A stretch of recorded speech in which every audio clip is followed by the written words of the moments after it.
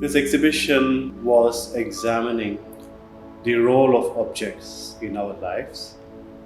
What is the current status of objects, especially at a time when the digital and the physical are converging together, where there are a lot of objects, tangible things, which we cherished, which we held on to, which we preserved, are slowly acquiring a digital life, losing its tangibility, physicality, texture, and entering into a domain that is not physically accessible for us.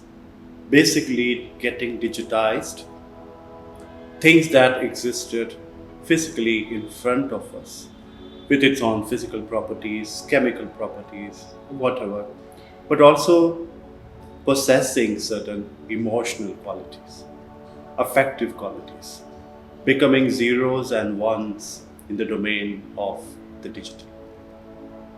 And this is a crucial problem. And my intention was not to engage with the binary of the physical and the digital, but mainly look at, understand what objects mean to all of us. And there's a long history of object, material culture, even history writing, art history. These disciplines rely a lot on object-based practices, the material cultures of civilization, whether they are very beautiful beads from the Harappan civilization or beautiful small, very intricately carved terracotta pieces from the Mauryan and Shunga period, or beautifully refined sculptures of Buddha from the Gupta period. And how can we forget the highly ornate, intricate jewelries and crockeries of the Mughal dynasty? So we have a long historical relation with objects. And objects also shape the narrative of where we come from, what kind of histories we have, who made these histories, what kind of materials, what kind of people made these objects. With that kind of history, we are entering into a crucial juncture right now, where the digital is flattening out the texture and the physicality of the objects. We take our phones, we scroll through endlessly, looking at things, looking at the world around us with a flattened perception. And we are not seeing, we are not really bothered about how the world is changing around us. So the exhibition acted as a reminder to look at carefully about the things that are vanishing before us. And they are not merely things, as I said.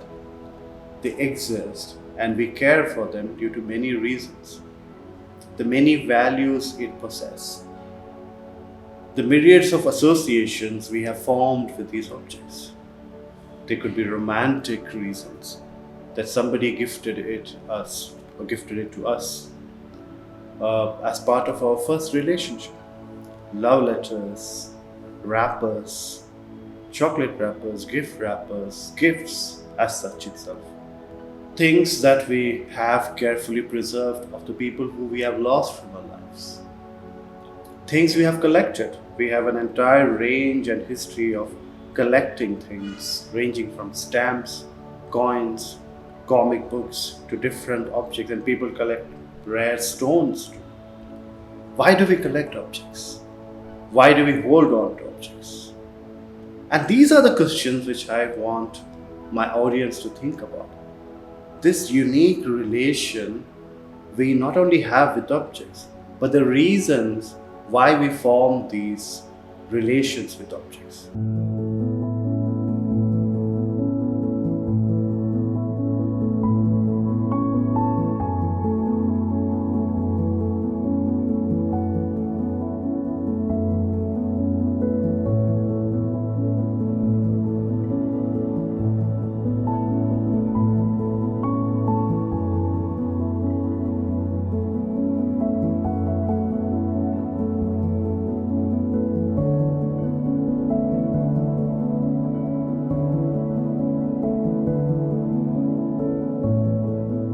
objects define us.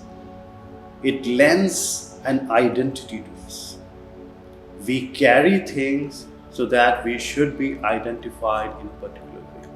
So this creates an interesting conundrum where we assume that objects are shaping us or we are collecting objects, but we need to understand the complex relationship we are forming with these objects. But slowly, these relationships are fading away.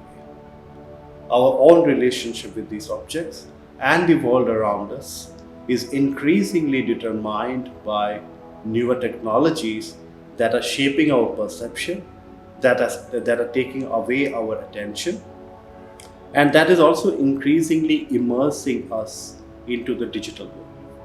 So what will happen to objects? All these kind of wide range of objects. Not only personal objects, but objects that also determine our heritage. All the historical objects I told you about. What will happen to them? And why is that history writing also only focuses on certain kind of objects, but it also excludes a lot of objects that are not part of the history? Objects that belong to the marginalized community, the oppressed community, who do not have ostentatious material possession. They were not allowed to possess materials or physical objects and expensive things. Now, how do they write their history without a material culture? They have to strongly hold on to the small things, the little things they value. And they have to reinvent and re-engage with those things. So my task in this exhibition is to bring together all these different kind of objects in this one platform of the exhibition, whether they are about nostalgia, whether they are about memory, whether they are about identity, whether they are about whose heritage are we talking about, whether they are about the feminine aspect or the feminist aspect of holding on to fragile objects and posing that in contrast to the highly dominant, rigid structures of the object domain. And for a long time, as we know, since the 80s onwards, contemporary Indian art has taken a different turn. We have our own versions of contemporary Indian painting, interventions that have been made in creating a new visuality for the painting. Sculpture itself has expanded into different things: installations, immersive practices, site-specific practices. And object-based practice is also one such practice where different artists have looked at this complex relationship with objects and our material culture, and what kind of objects are we using right now. So the exhibition also comes as an important survey, a stock taking of what kind of sculptures, what kind of objects are artists engaging with. And this is from different parts of India. So there are 43 artists in the exhibition who looked at how objects are shaping our perceptions, our identity, how objects are holding, preserving our memories, how objects are creating narratives of heritage and history and identity. So that is why this exhibition becomes important, because of these two reasons.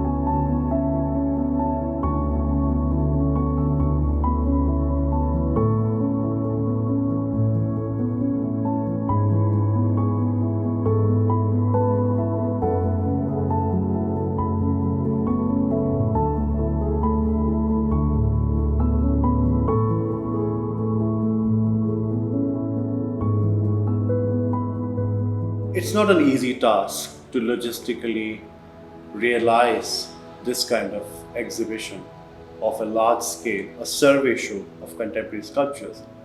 And maybe that's why galleries have not come forward basically to do this assessment of what contemporary Indian sculpture is. And luckily, I'm fortunate that gallerydotwalk and Srijit Sian, the founder, director of the gallery.walk, has encouraged and also being supportive to organize this exhibition and to take out the exhibition, realizing its vast potential and immensity of works from the gallery itself to a different venue, which is the Bikaner House.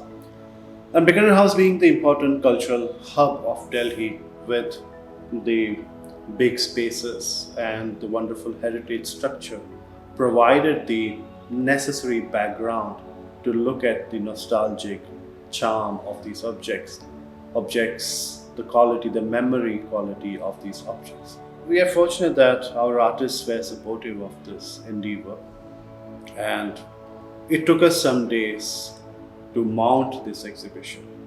There were around or more than 80 plus works in the exhibition, object sculptures. And the exhibition was hosted in 2 stories of the Bikaner House and also in the CCA lawns of Bikaner House.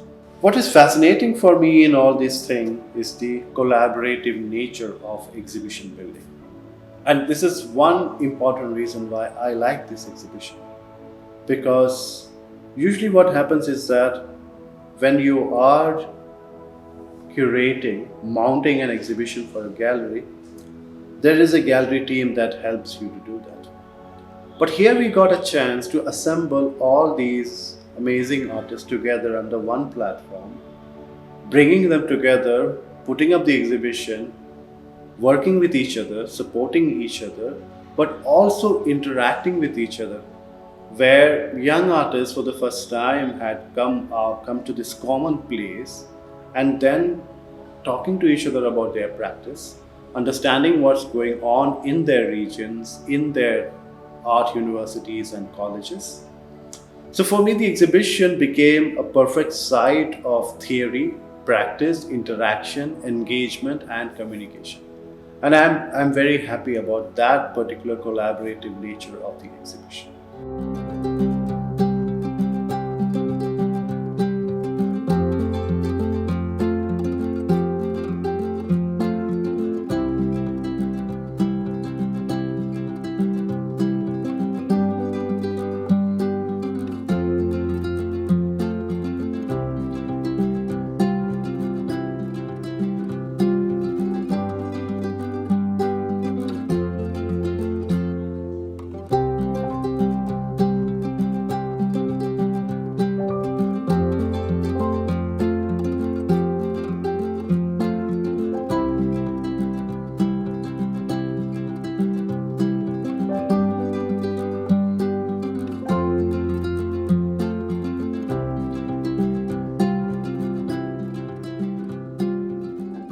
The exhibition was also able to, for the first time or very rarely, bring together the wider generation of Indian sculptors from across India, sculptors of eminence, of long enduring years of practice, such as Ravindra Reddy, K.S. Radhakrishnan, contemporary prominent artists, figures who have experimented with wide range of or the expanded range of sculptural practice like Sudarshan Shetty, Ellen Talur, G.R. Rana, Priti Patel, Madhvi Subramanian, also with again a range of figures from across India.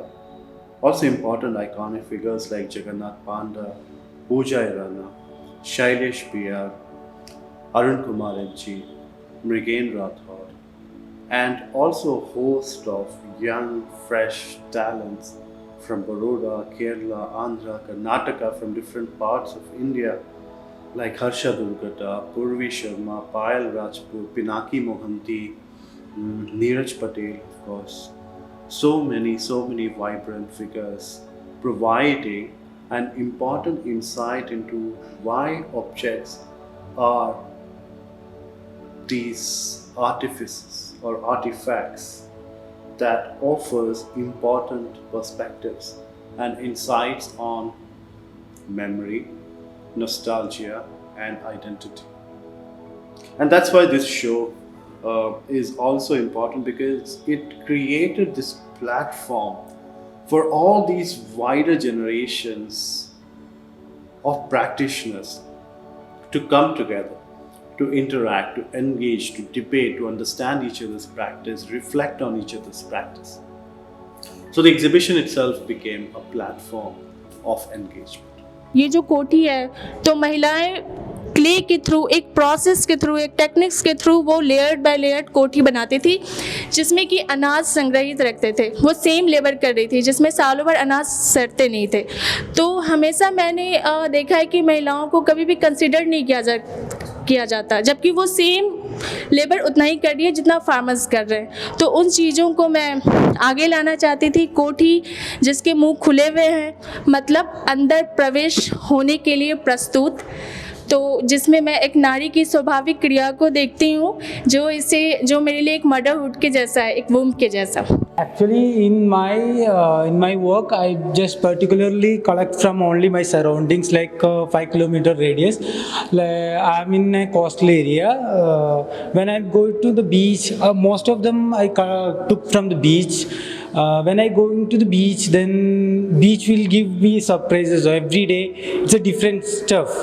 This is my personal take on a public issue. Recently, we are hearing this monuments, it belongs to us, this is not ours, and things, this is not our past. And I would like to take a take on, it's a very personal, not a political take on that, well, we've shared a common past, there are varied influences, cultural influences which came over with Jainism, Buddhism, Hinduism, Islamic, colonial.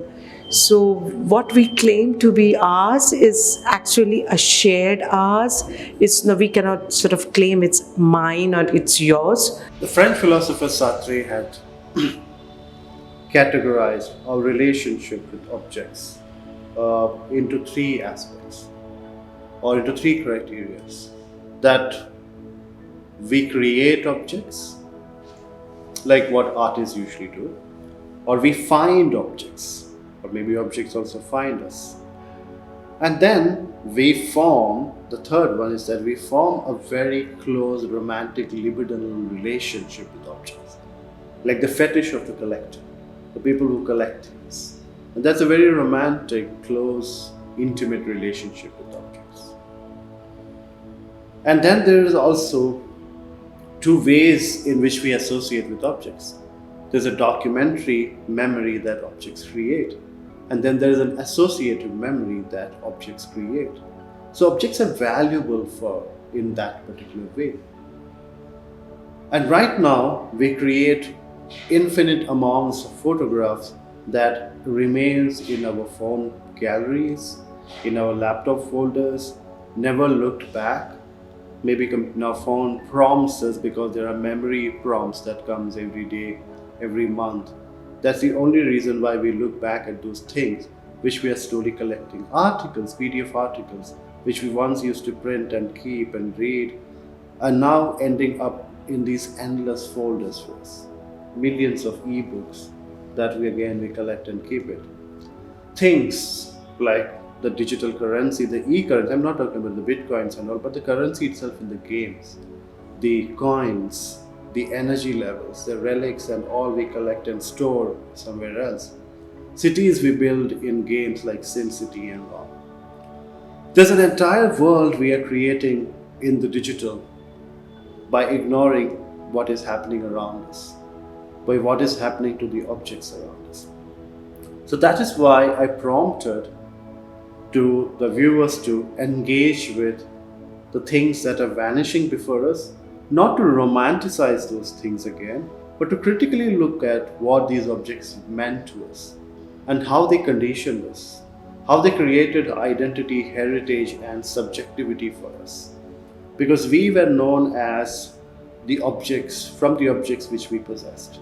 And so it's very important for us to think about why we possess those objects and what were the historical, social, political conditions that led us in the possession of different kind of things in our life. मेरे साथ कुछ baggage हैं। ये baggage मैंने अपने जीवन में कई बार देखा है। इसे लेकर इधर उधर यात्रा भी की है, जिसमें से कई बार तो घर बदलने के दौरान।